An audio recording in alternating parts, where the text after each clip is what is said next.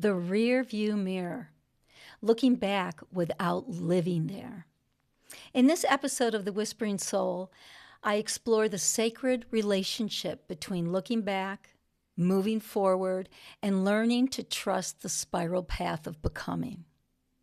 Hi, my name is Nancy Vellante, and I'm an astrologer and certified wellness coach. And I'd like to explore the metaphor of the rear view mirror and how it came up for me. It was through a conversation with a friend on the heels of the full moon in Sagittarius. You know, that moon was really very expansive, very much about teaching us about what do we want? How clear can we get?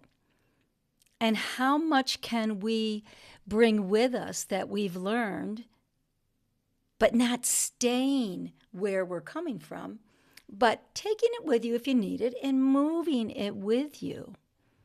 Kind of like what we do when we drive, right?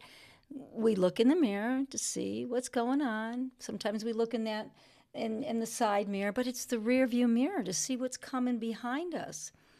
What have we missed, right? So my friend asked me the question. So when you look back at your decision to sell your yoga studio, what did you think? Oh boy, my immediate response was simple. And I really do believe that it came from ego. Not bad, but ego. I don't look back. There is no rear view mirror here. I just keep moving forward. Okay, well, part of that is true. But as soon as the words left my mouth, something inside me stirred in my belly, in my solar plexus, and it didn't leave. Because perhaps there is always a rear view mirror in life. Not one that keeps us trapped in the past, but one that offers medicine for healing, for understanding, for accepting.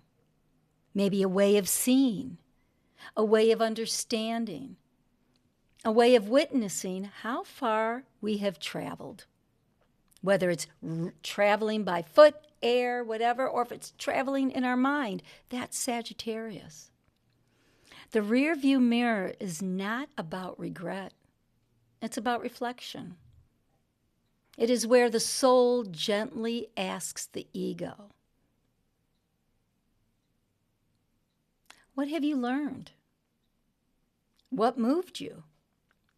What held you back? What set you free? Every major life decision creates a conversation between the soul and the ego, between who we were, and I say this a lot, and who we are becoming. And authentic alignment is often found in that conversation between the soul and the ego, whether it is by yourself, with a friend, a caregiver, a supportive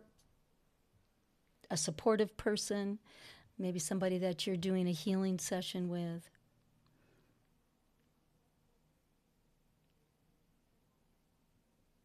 But with this unfolding, I had such a major reflection. And as I reflected on this, I felt my solar plexus come alive. Because the journey is never linear, it zigzags, it circles, it spirals. It revisits old landscapes and new awareness, illuminating what has passed while revealing what continues to move us forward. And if we never glance into the rearview mirror, we may miss the blessings hidden within the trajectory of our own becoming. We may miss the evidence of our courage, the proof of our growth, the wisdom gathered from every ending and every beginning.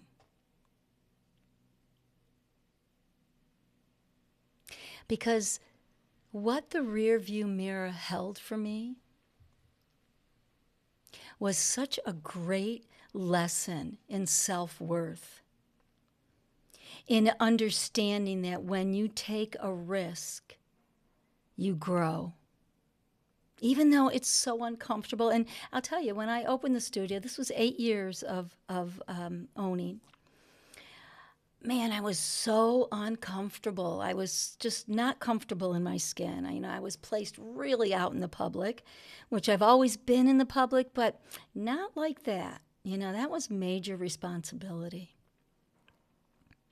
So what gave me this whole idea of the rear view mirror is, it was Thursday, Friday, Saturday. I was in a cafe having a meeting with a friend, and it's so funny. The universe just really does support us. I'm in there, and I must have met, and I kid you not, I must have met 4 students, community members that were at the yoga studio when I owned it. For each of them, 4 of them I met, and they're still there. Boy, does that warm my heart. And I remember I went up to one community member, Nick, and he's such a great yogi. And I said, oh my God, I really missed you guys so much. And, almost like I was apologizing for selling the studio. Like, oh, I'm so glad you guys are still there, and I really enjoyed it. And, I hadn't seen him since I sold it. And he said, Nancy, I have a quote for you. And he's like that, very philosophical. And he said, you can't step in the same river twice. And I thought, wow, okay. I took that with me over the weekend, and that's when it just kind of hit me about the rearview mirror and what I said to my friend Steve about, oh yeah, there is no rearview mirror. There is just moving forward. Well, that's a lot. I don't know how truthful that statement is. Without looking and illuminating what may be revealed from our past decisions, we get to glance back when we do that. And meeting these people allowed me to glance back like, oh, what a blessing. How beautiful. These people are still there. I'm so happy that I created that community, and they can still be there. But if we don't look back, we may miss the blessings hidden within the trajectory of our own becoming. And I said that earlier. I wanted to say that again.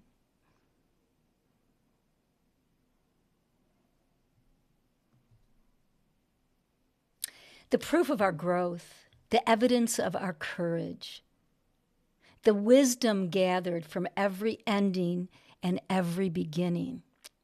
Because endings feed beginnings, and beginnings reshape endings. I feel that. One is always informing the other, because it is a circle. Just like Lion King said, right? That Disney movie, the circle of life, and it's true.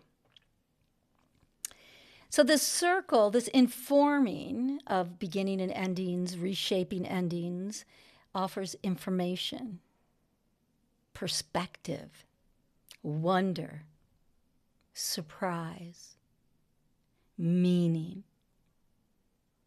and maybe some sadness. Maybe there's some grief. We can't displace all the emotions, because it is what makes our landscape rugged, smooth, beautiful, ugly. It's okay, but we do want to rise, right, to those emotions that are more healing and feeling wonderful, in a sense. That's not sugarcoating. That's going through what we need to go through, right? When this happens, healing becomes a shift of energy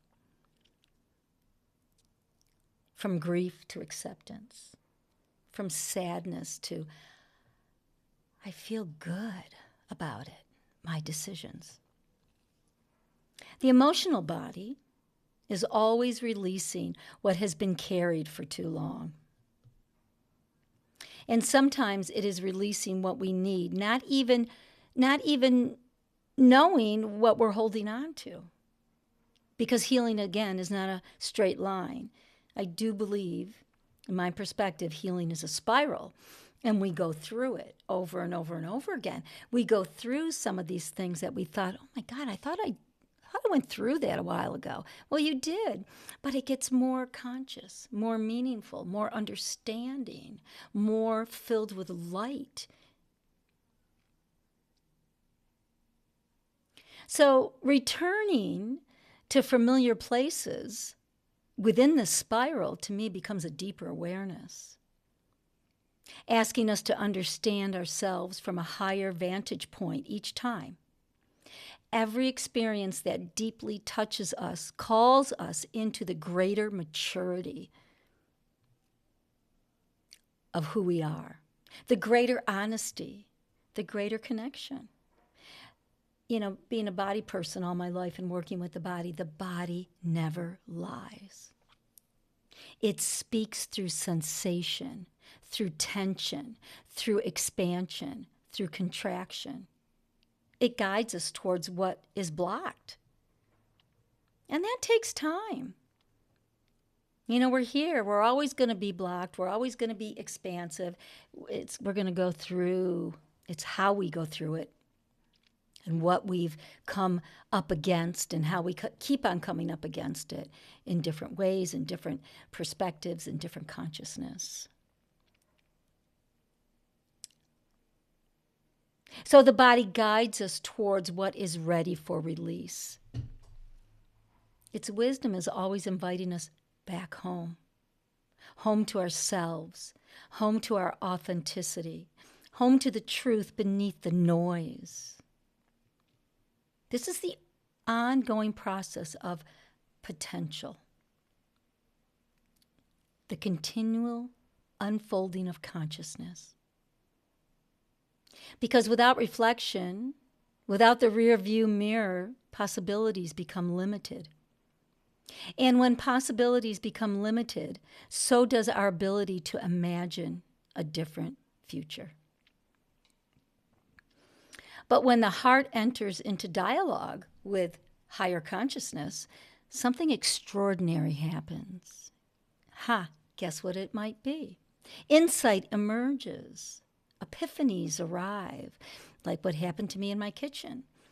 I was cooking, and all of a sudden it was like rear view mirror. Okay, I'm going to cook. I got to get upstairs and write. I got to get upstairs and think and feel. Wasn't the best dinner that night because I rushed through it, but that's okay. New perspectives will be born. And suddenly, what once felt like disappointment becomes wisdom. What once felt like loss becomes transformation. What once felt stuck begins to move. I think that, to me, is the law of nature. This is the dance. The dance between the human experience and the soul's evolution. The dance between memory and possibility. The dance between what was and what is becoming. And perhaps the rear view mirror was never meant to keep us looking backward, right? Perhaps it was always meant to remind us how beautifully life has been guiding us forward.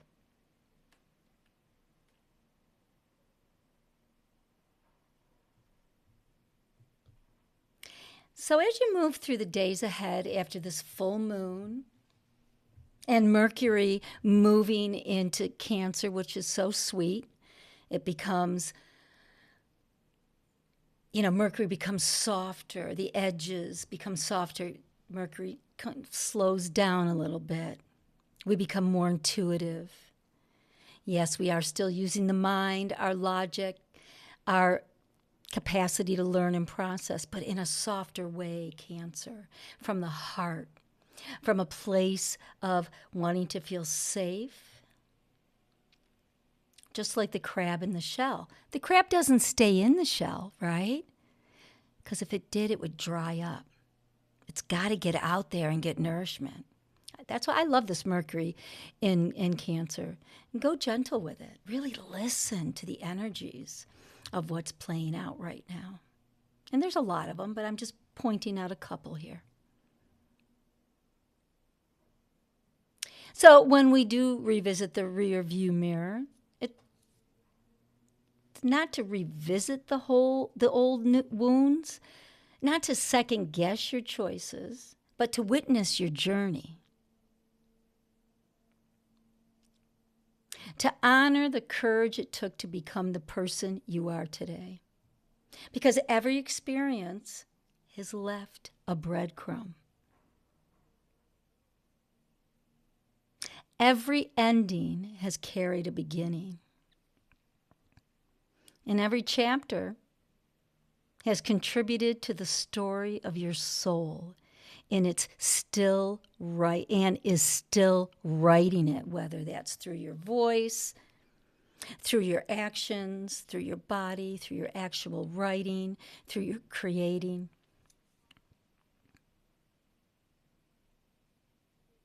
So here's something to think about. When you look into the rear view mirror of your life, what experience once felt difficult but now reveals itself as a blessing, a lesson, or a turning point? Stay with that question for a little bit or for a few days. That's what I've been doing, and it's been quite a healing. Thank you for spending time with me today. Until next time, trust the whisper, honor the journey, and remember that every step forward carries the wisdom of where you've been. And I really believe in my heart and soul that was the biggest takeaway of this full moon in Sagittarius. Now we take that into the energy of Mercury and Cancer, and we soften. In Cancer, water sign, Cancer is a powerful archetype. She blends the earth with the ocean and the primordial energies of the water, the memories of the water, the womb where we come from. Find the beauty. And I'll talk to you next time. Have a great day wherever you are in the world.